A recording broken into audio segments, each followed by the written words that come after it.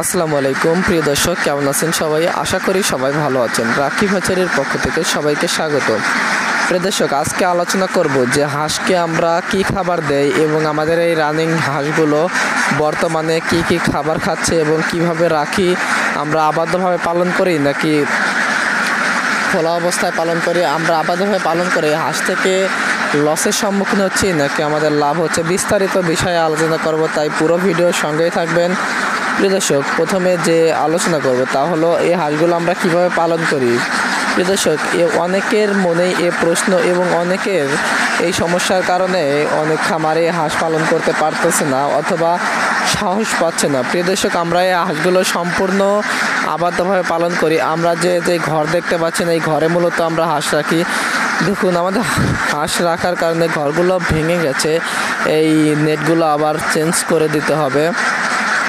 প্রিয় দর্শক, আমরা এই হাঁসগুলো সম্পূর্ণ আবদ্ধভাবে পালন করি এবং আমরা এই একটা পুকুর আছে আমাদের, আপনারা নেক্সট ভিডিওতে দেখছেন, ওই পুকুরে আমরা খাবার দিয়ে রাখি এবং তাদের যখন প্রয়োজন হয় পুকুর পাড়ে এসে খাবার খায়। আর এই যে আমরা মূলত এই হাঁসগুলোকে এখন দিচ্ছি, এখানে ফিড দেওয়া হয়েছিল, যে ফিডের গুঁড়ো দেখতে পাচ্ছেন, এই ফিড দিয়ে থাকি এবং ধান গম মিক্সার করে আমরা এই যে খাবারটা দিচ্ছি। দেখুন, খেয়ে শেষ করে ফেলেছে। প্রিয় দর্শক, অবশ্যই আমাদের এই হাঁস এখন বর্তমানে খাবার খাচ্ছে, 1.5 বস্তা প্লাস খাবার খাচ্ছে এবং অনেক ডিম পারতেছে, ডিম 200-র মতো ডিম পারতেছে। যাই হোক, সব হিসাব করে আমাদের বাঁচতেছে আর কি। এখন যেহেতু 500 হাঁসে 200 ডিম, খুবই অল্প ডিম। আশা করি যে যখন 300-400 ডিম উঠবে তখন আরও লাভ হবে ইনশাল্লাহ। প্রিয় দর্শক, সবসময় তো আর একরকম লাভ হয় না। আর প্রিয় দর্শক, যারা মূলত হাঁসের খামার করতে যাচ্ছেন তারা অবশ্যই আবদ্ধভাবে পালন করতে পারেন, অথবা যাদের বিল আছে, চড়া অঞ্চল আছে, তারা চড়াই খাওয়াতে পারেন। চড়াই খাওয়ালে খুবই কম খরচে আপনারা হাঁস পালন করতে পারেন। এবং এই হাঁসগুলো আমরা এখানে খাকি ক্যাম্বেল, জিল্লিং উভয় রয়েছে এবং কিছু সাদা রানার রয়েছে। যেহেতু আমরা হ্যাচিংয়ের জন্য এই হাঁসগুলো পালন করে থাকি এবং এই ডিম থেকেই আমরা বাচ্চা উৎপাদন করব, এই জন্য আমরা সাদা হাঁস রেখেছি, যাতে আপনারা বা অনেক খামারই আছে যারা হাঁস ক্রয় করার সময়, হাঁসের বাচ্চা ক্রয় করার সময় বলে যে ভাই আমাদের 5-10টা সাদা হাঁস দিতেই হবে।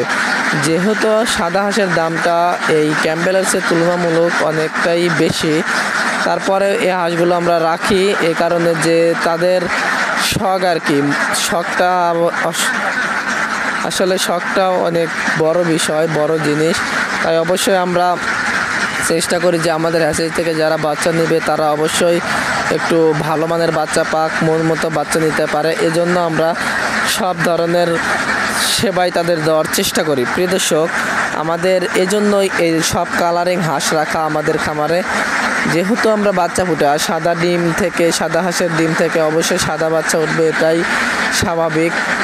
আর আমাদের অলরেডি হ্যাচারিতে ডিম ঢুকে গেছে। ফেব্রুয়ারির প্রথম থেকেই আমাদের বাচ্চাগুলো বের হতে শুরু করবে। অবশ্যই আমাদের চ্যানেলে ভিডিও পাবেন ইনশাল্লাহ।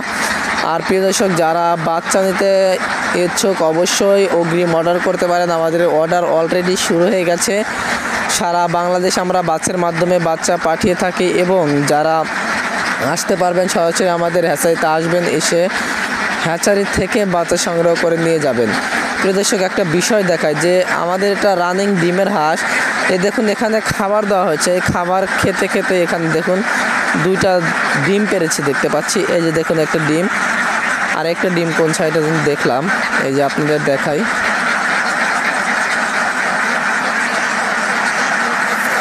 এই যে কোথায় যেন একটা দেখলাম। তো দর্শক, আশা করি ভিডিওটা ভালো লেগেছে। ভিডিওটা যদি ভালো লাগে অবশ্যই লাইক দিবেন, চ্যানেলটিকে সাবস্ক্রাইব করবেন। আর যদি ভালো না লাগে অবশ্যই কমেন্ট বক্সে কমেন্ট করে জানাবেন। তো সবাই ভালো থাকবেন, সুস্থ থাকবেন। খোদা হাফেজ, আসসালামু আলাইকুম।